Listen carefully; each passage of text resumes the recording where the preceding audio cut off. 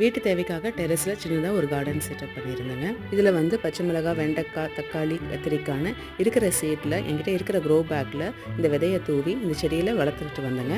இதுக்கு வந்து நான் டெய்லி கொடுக்குற பராமரிப்புன்னு பார்த்தா அரிசி பருப்பு, கழுவுற தண்ணி, நான்வெஜ் வாங்கும்போது மீன், சிக்கன், மட்டன் இது மாதிரி எது வாங்கினாலும் அதை க்ளீன் பண்ணும்போது அதில் யூஸ் பண்ணுற தண்ணியை கீழே ஊற்றாமல் இந்த செடிகளுக்கு ஊற்றுறது தான்.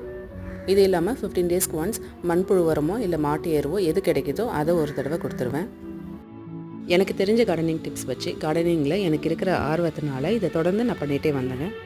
கிடைக்கிற டைமில் நம்மக்கிட்ட இருக்கிற வசதியை வச்சு சின்னதாக ஒரு வீட்டு தோட்டம் இந்த மாதிரி ஆரம்பித்தாலும் இது கொடுக்குற பலன் வந்து ரொம்ப ஜாஸ்தி தான். டெரஸ் கார்டன் செட்டப் பண்ண ரொம்ப செலவு பண்ணணும்னு அவசியம் இல்லைங்க.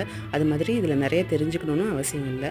இதை தொடர்ந்து பண்ண நம்மளே நிறையா கற்றுப்போம். இப்போ நானும் அந்த மாதிரி தான் பண்ணிகிட்ருக்கேன். என்னோட கார்டனை பற்றியும் அதில் நான் என்னென்ன வேலைகள் செய்கிறேன் அப்படின்றத பற்றியும் உங்கள் கூட கண்டினியூஸாக ஷேர் பண்ணுறேங்க. உங்களுக்கு இந்த வீடியோ பிடிச்சிருந்ததுன்னா லைக் பண்ணுங்கள், ஷேர் பண்ணுங்கள், சப்ஸ்கிரைப் பண்ணுங்கள்.